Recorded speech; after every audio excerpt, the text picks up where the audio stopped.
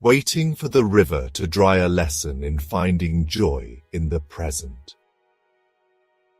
Once upon a time, by the side of a gently flowing river, there sat an old beggar. He appeared deep in thought, gazing at the water as it moved steadily downstream. His clothes were worn, his face weathered, but there was a quiet wisdom about him. As he sat there, a passerby, curious about the beggar's stillness, approached him. The man asked, "What are you doing sitting here all alone by the river?" The beggar looked up with a calm smile and replied, "I am waiting for the river to dry up so that I can cross to the other side." The man laughed in disbelief. He said, "That's impossible. The river will never dry up. If you wait for that, you will never be able to cross." The beggar, still smiling, nodded. "Yes, my friend, I know. The river will never stop flowing, just as life never stops moving forward. But I am not truly waiting for the river to dry up. What I'm trying to show is how people live their lives, constantly waiting for the right moment to be happy. They tell themselves, 'Once all my responsibilities are finished, then I will enjoy life. Once my work is done, then I will take time to relax, to travel, to spend time with loved ones, to serve others.' But they do not realize that this moment may never come." The man, intrigued by the beggar's words, sat down beside him, eager to learn more. The beggar continued, "People often speak as if there will come a day when all their burdens will be lifted, when all their duties will be done, and only then will they allow themselves to find peace and happiness. Life doesn't work that way. Just as this river keeps flowing without pause, so too do our responsibilities. There is always something to be done, another task, another duty. If we keep waiting for everything to be perfect before we enjoy life, we may spend our whole lives waiting and never truly live." The man began to see the truth in the beggar's words. He thought about his own life, how he had always postponed his happiness, telling himself he would have time later after his work was finished. But now, sitting by the river, he realized that his responsibilities never really ended. There was always something more to do, another task pulling him away from the joy he sought. The beggar looked at the man kindly and said, "Buddha taught us that the present moment is precious. It is all we truly have. If we keep waiting for the perfect moment, for the river to stop flowing, we will miss the beauty and joy that exists right here, right now. We must learn to carry our responsibilities as we move through life, but not let them weigh us down so much that we forget to live. We should not wait until every task is complete before we allow ourselves to be happy." The man nodded, understanding now what the beggar meant. "But how do we do this?" he asked. "How do we balance our duties with the desire to enjoy life?" The beggar smiled warmly and said, "The key lies in recognizing that happiness is not something we must wait for. It is something we can find in the small moments of our everyday lives, even while we fulfill our responsibilities. Just as this river flows continuously, so too must we keep moving, but with mindfulness. Instead of waiting for a distant day when all is done, we must seek joy in the present moment, in a conversation with a friend, in the laughter of a child, in the beauty of the world around us. We must serve, work, and fulfill our duties, but not at the cost of our happiness. Life is a delicate balance, and we must learn to carry our responsibilities lightly." The man listened carefully, realizing how often he had put off happiness for later, waiting for a time when his life would be free of burdens. But now he saw that such a time might never come. He had been living as if one day the river of life would stop flowing, and only then could he cross to the other side and find joy. But the beggar's wisdom showed him that he didn't need to wait. He could find peace and happiness right where he was, even as he fulfilled his responsibilities.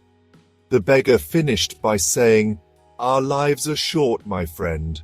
One day our time here will end, but the river of life will keep flowing.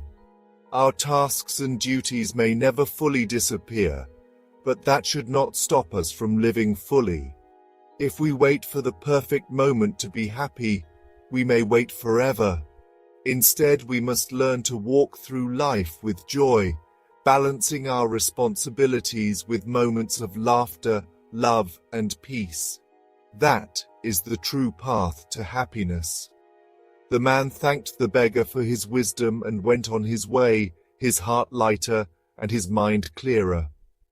He no longer saw his responsibilities as barriers to happiness, but as companions on his journey through life. And from that day on, he found joy in the small moments, knowing that he didn't have to wait for the river to dry up to live a happy, fulfilling life. The beggar remained by the river, a reminder to all who passed by that life's responsibilities are constant, but so too is the opportunity for happiness. The lesson rooted in Buddha's teachings was clear. Do not wait for the burdens of life to end before you live fully. Happiness is found not in the absence of duties, but in the way we carry them along the path of after Gautama Buddha became a monk. He traveled to various villages to share his wisdom and teachings. One sunny day, he arrived in a small village where he was met with curiosity and life. 2 hands to clap Buddha's lesson on judgment and shared responsibility. After Gautama Buddha became a monk, he traveled to various villages to admiration. Among those who gathered to see him was a woman who approached Buddha with a question. "Oh Mahatma," she said respectfully, "you look like a prince. May I ask why you wear these simple akosha robes at such a young age?" With a gentle smile, Buddha replied, "I have chosen this path to seek answers to 3 profound questions that weigh heavily on my heart. This body, which may appear young and attractive today, will inevitably grow old, fall ill, and eventually face death. I am on a quest to understand the true causes of old age, sickness, and death." The woman was deeply moved by Buddha's sincerity and wisdom. Inspired by his words, she invited him to her home for a meal, eager to share in his teachings. However, as the news of Buddha's visit spread through the village, some villagers approached him with grave concerns. "Oh Mahatma," they cautioned, "you should not eat at that woman's house. She has a reputation for being of questionable character." Buddha listened to their concerns patiently and then turned to the head of the village, an elder respected by all. "Do you believe this woman is characterless?" he asked. The village chief nodded and replied firmly, "Oh Mahatma, I swear that she is indeed characterless." With a thoughtful expression, Buddha took the village chief's right hand and raised it. "Tell me," he asked, "can you clap with just one hand?" The chief looked puzzled and responded, "No, Mahatma, it is impossible to clap with only one hand." Buddha then said, "Just as you cannot clap with one hand, it is equally impossible for this woman to be characterless on her own. If she is seen as such, it implies that some of the men in this village must also share in that blame. If the men of this village were virtuous and honorable, then this woman would not be defined by her reputation. Therefore, the characterlessness of this woman is a reflection of the moral state of the men around her." Buddha continued, "When lust for a characterless person flourishes, it leads to shamelessness and betrayal in women. Similarly, it is those shameless actions that can contribute to making men of this society lose their virtue. Remember, it takes 2 hands to clap." The villagers listened intently, and as they absorbed Buddha's wisdom, a sense of shame washed over them. They realized how quick they had been to judge the woman without considering their own roles in the situation. Buddha, with his calm demeanor, emphasized, "It is easy to see the faults of others, but it is much harder to recognize our own shortcomings. Just as a man scatters the husks of grain in the wind, we readily point out the faults of others, spreading them far and wide. Yet like a hidden illness, we often conceal our own faults, refusing to acknowledge them. His words resonated deeply with the villagers. They felt a collective responsibility to reflect on their actions and attitudes, understanding that true change begins within themselves. Buddha's teachings encourage them to cultivate compassion, understanding, and self-awareness rather than casting judgment on others. From that day forward, the villagers approached their relationships with greater kindness and introspection, fostering a community where everyone, including the woman, could thrive without the weight of shame or blame. Buddha's teachings illuminated their hearts, reminding them that we are all interconnected and responsible for one another's well-being. Patience and clarity. Buddha's lesson of the settling mind. Once Gautama Buddha was traveling through the countryside with a group of his followers. After a long walk under the warm sun, they came upon a peaceful lake nestled between the trees. Buddha stopped, took in the sight of the clear water, and then turned to one of his disciples. "I am thirsty," he said calmly. "Could you please bring me some water from the lake?" The disciple nodded and hurried to the edge of the lake with a small vessel. But just as he was about to gather the water, a bullock cart began crossing through the lake. The cart's wheels stirred up the water, turning it muddy and unclear. The disciple hesitated, looking at the dirty water swirling in front of him. "How can I bring this muddy water to the Buddha?" he thought to himself. So he returned to Buddha and said, "Master, the water is dirty. It is not fit to drink." Buddha listened patiently but did not seem concerned.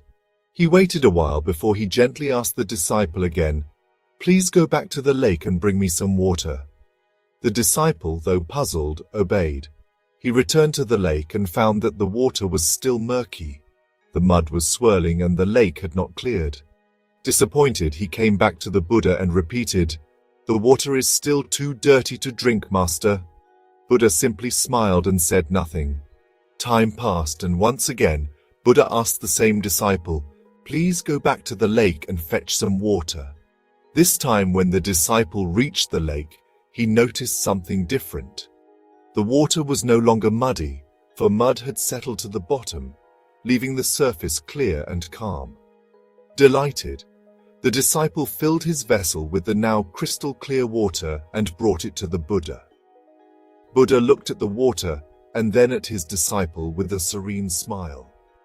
"Do you see," he said, "what you did to clear this water? Nothing. You simply waited, and with time the mud settled on its own, allowing the clear water to rise to the surface." He paused, allowing the disciple to absorb the simple yet profound lesson. Then, Buddha continued, "Your mind is just like this water. When it is restless, agitated, or clouded by emotions like anger or worry, it is difficult to see things clearly. But if you simply wait and allow time to pass, the mind will settle on its own. You don't need to force it or try to control it. Just like the water, it will become clear again with patience." Buddha's words sank deep into the disciple's heart. He realized that there is no need to rush to fix a troubled mind. Like the lake, sometimes all the mind needs is time and stillness to regain clarity. Buddha continued, "I know that when you lose something or someone you love, it feels impossible to stay calm. The pain and sadness seem overwhelming. But remember, just like the muddy water, with time they hurt, it will settle, and peace will return. Falling in love may be something that happens without your control, but staying attached to that love is your choice. Time heals, and by trusting the flow of life, you can calm your mind and find peace again. There is always a deeper reason behind everything that happens." This simple yet powerful teaching of Buddha reminds us that when life feels chaotic or overwhelming, we don't need to act impulsively or try to fix everything right away. With patience, clarity will naturally emerge, and we can find peace within ourselves. just as the clear water emerges from the settling mud. The crab and the wave. A lesson in hidden blessings. Once upon a time, there was a crab enjoying a peaceful walk along the beach.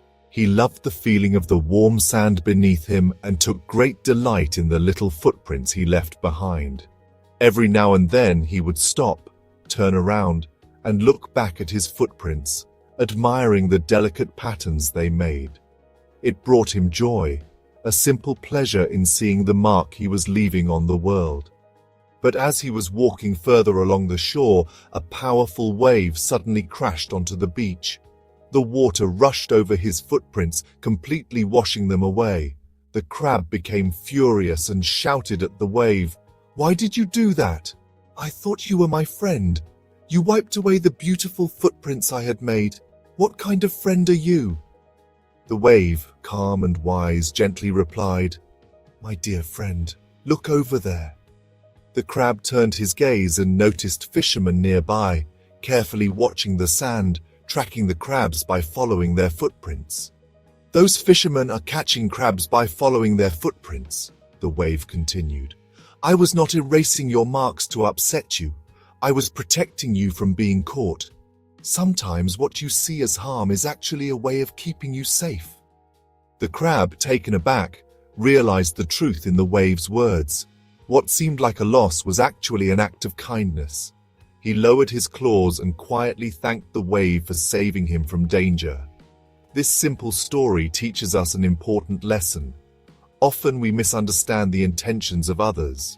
We see only our perspective and feel hurt or anger without knowing the full story.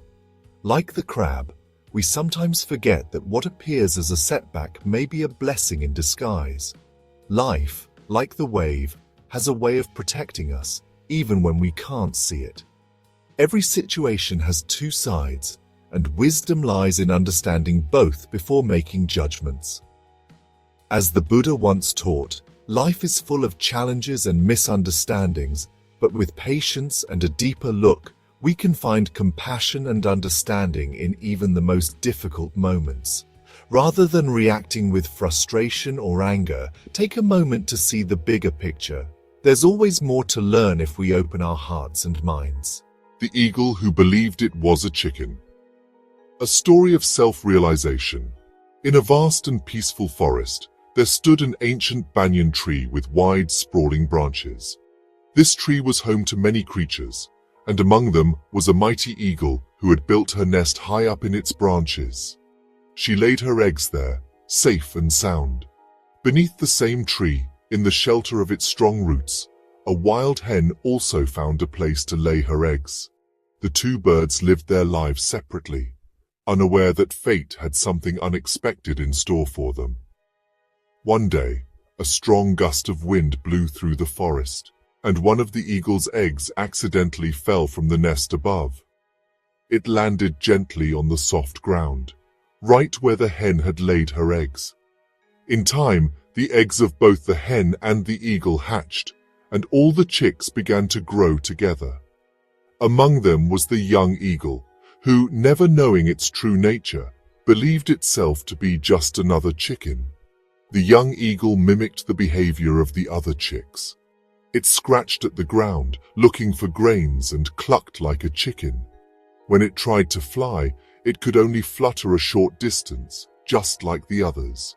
In its mind, this was all it could do, because it saw itself as nothing more than a chicken. Day after day, it lived this life, completely unaware of the strength and majesty that lay within. One bright afternoon, the young eagle looked up at the sky and saw a magnificent bird soaring high above the treetops. It was gliding effortlessly through the sky, its wings spread wide, radiating strength and freedom. The young eagle was in awe. "What kind of bird is that?" it asked the mother hen. The hen glanced up at the sky and replied, "That is an eagle, the king of all birds. They are strong and free, flying higher than any other creature." "Why can't I fly like that?" asked the young eagle, feeling a strange stirring in its heart. "You're not an eagle," the hen said firmly. "You are a chicken, and chickens don't fly like that. We stay on the ground where we belong. It's just the way things are. The young eagle accepted this explanation and continued to live as a chicken, never attempting to fly high again. It lived out its days in the shadow of its true potential, and when its time came, it passed away, never realizing it could have soared in the skies above, just like the eagle it had admired. This story carries a profound lesson. Often in life we are told by others, "You can't do this," or "It's not possible for you," and slowly we start to believe it. We stop trying new things or daring to dream because we accept the limits others place upon us. The real problem is not what others say, but that we lose faith in ourselves. We forget our own strength, our own potential, just like the eagle that lived its whole life believing it was a chicken. Buddha taught that self-realization is the key to breaking free from the illusions we are trapped in. Just as the young eagle never realized its true nature, many of us never realize the full extent of our own capabilities. The real prison is the one we create in our minds by doubting ourselves and listening to the voices that tell us we are not enough. Buddha often spoke of the importance of having faith, not just in the external world, but in ourselves. He believed that within each of us lies immense potential, like the eagle born to soar the skies. But to unlock that potential, we must first recognize it. Just as the eagle was conditioned to believe it was a chicken, we too are often conditioned by the limitations imposed by others, by society, and by our own fears. The brave are not those who succeed because they know they will win, but those who continue forward, even when defeat seems certain. True courage lies in believing in yourself, in pushing beyond what others say is possible, and in not giving up even when the path ahead looks difficult. Just as the eagle was meant to soar, each of us is meant to rise beyond the limits placed upon us by doubt. So friends, let others say what they will. Know yourself. Have faith in your abilities, your strength, and your purpose. The only limits that truly exist are the ones we accept. Buddha's wisdom reminds us that freedom, like the eagle soaring in the sky, begins with recognizing the potential within. The Brave Little Bird, a story of effort and intention. Once upon a time, there was a small house at the edge of a village. One evening, a terrible fire broke out in the house, and flames began to engulf it. The villagers quickly gathered, doing everything they could to put out the fire. Some brought buckets of water, others used blankets to smother the flames, while some simply stood by, helpless and unsure of what to do. High up in the corner of the burning house was a bird's nest. In that nest lived a tiny bird, and though its home was being consumed by flames, the bird was not ready to give up. Determined to save what little it could, the bird flew to a nearby stream, filled its beak with water, and returned to the burning house. With great effort, it poured the few drops of water onto the fire. The bird did this over and over, flying back and forth between the stream and the fire. Each time it carried only a small drop of water, barely enough to make a difference. But the bird never stopped, its heart filled with determination to help in any way it could. A crow, sitting on a nearby tree, watched the bird's efforts with amusement. He shook his head and called out to the bird, "You foolish little bird, what are you doing? No matter how many times you fly back and forth, you'll never be able to put out this fire. It's far too big for you." The bird, panting from its effort but still filled with purpose, paused and looked at the crow. "No," the bird said softly. "I am aware that my small drops of water will not put out this fire, but that is not the point." The crow tilted its head, confused. "If you know that, why are you still wasting your energy?" the bird replied with a steady voice. "Because when people talk about this fire, I want them to say that I did my part to help, no matter how small. I don't want to be remembered as the one who stood by, watching and laughing while others struggled. I want to be on the side that tried." The crow fell silent. It had no response to the bird's simple yet profound words. The bird continued its brave efforts, knowing that the true value of its actions was not in whether the fire was extinguished, but in the fact that it had not stood by passively. This story carries a deep and meaningful lesson. Just like the bird, many of us face situations where the challenges seem overwhelming, and others may mock our efforts or tell us that we cannot succeed. There are always people who would rather watch from the sidelines, offering no help, only criticism. These are the people who discourage, who mock, and who take pleasure in seeing others fail, just as the crow did. But Buddha's teachings remind us of the importance of right effort and intention. In life, it is not always about whether we succeed in a grand way or whether we solve every problem. It is about whether we take action, whether we make an effort to do what is right, even in the face of failure or criticism. Buddha often spoke of the power of intention, the heart and mind behind our actions. It is the intention to do good, to help, to be a part of the solution that matters most.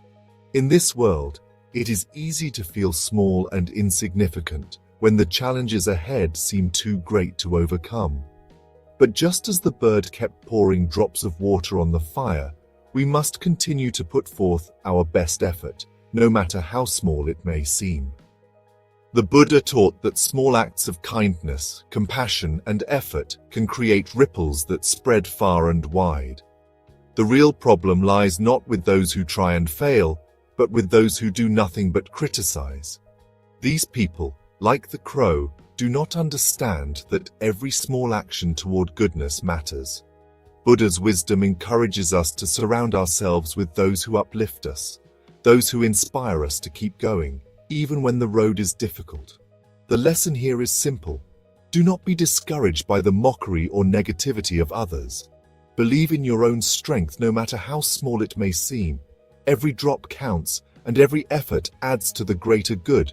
Even when success seems impossible, continue to act with purpose, with kindness, and with the intention to make a difference. Just like the brave little bird, let your actions speak for themselves. The world will always have its share of crows, those who watch and laugh. But the ones who try, the ones who keep going, are the ones who leave a lasting mark on the world. The Wise Serpent. A lesson in non-violence and inner strength. During the time when Gautama Buddha was spreading the profound message of non-violence and compassion, all kinds of beings sought his guidance and wisdom.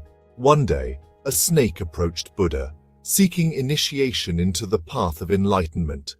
The snake, with sincerity in its voice, said, "Lord, I wish to walk the path of peace and be free from my violent nature. Please, grant me initiation." Buddha looked at the snake and replied, "You still have violence in your heart. You bite people, causing harm and fear. Until you rid yourself of this behavior, you are not ready for initiation." The snake was disappointed, but determined. "Is there no way for me to change? Is there nothing I can do to follow your teachings?" Buddha, seeing the snake's earnestness, said, "There is a way, but it requires discipline. You must stop biting. Let go of your instinct to harm others." The snake responded with hope, "I will stop biting, Lord, I promise." Buddha, however, warned, "It is not enough to simply say it. You must prove it. Pass the test of non-violence. For 3 days, go among people and behave with kindness and restraint. Do not strike or bite anyone, no matter the provocation. Show the world that you are truly committed to the path of peace." The snake agreed, full of determination. "So be it, Lord. I will follow your instructions." With this, the snake slithered away, intent on proving itself. It chose to lie down on the main street of the city, in full view of everyone. As people passed by and saw the snake, they screamed in terror, running away, fearing for their lives. But the snake, remembering Buddha's teachings, called out to them, "Do not fear. I have made a pledge to Lord Buddha. I will no longer harm anyone. I am here to live with peace and good faith." Nearby, a shopkeeper overheard the snake's words. Curious, he approached cautiously and said, "Snake, even if you claim to have changed, can a creature with venomous fangs ever truly be a friend to humans?" The snake, smiling, replied, I have removed my venom. I no longer pose a threat to anyone. I am your friend now." The shopkeeper, seeing the opportunity, thought for a moment and then said with a sly smile, "Well, if you're truly my friend, I could use some help.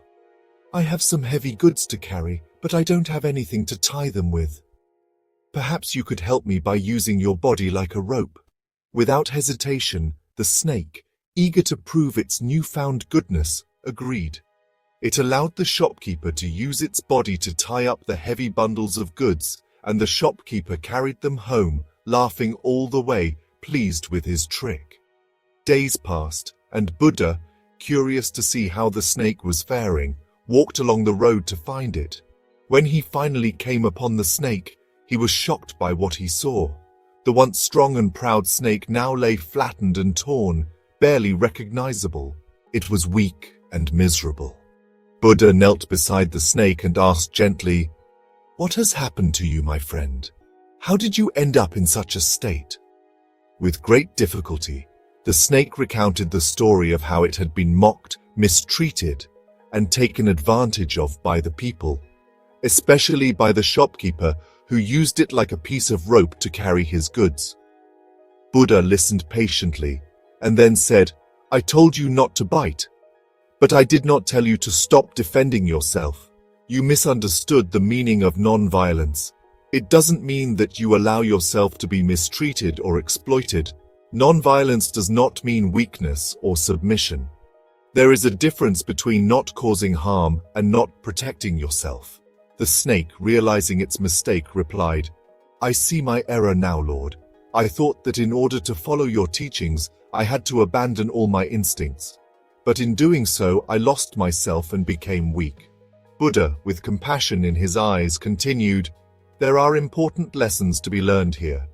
It is your nature to be a snake, and you must not abandon what you are. Your dharma, your true path, lies in finding the balance between your nature and your practice of peace. When you suppress who you are, you create imbalance, which leads to suffering, both for yourself and for others.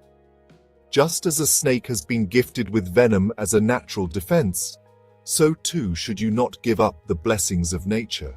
Use your abilities wisely and with discretion, not to harm others, but to protect yourself when needed.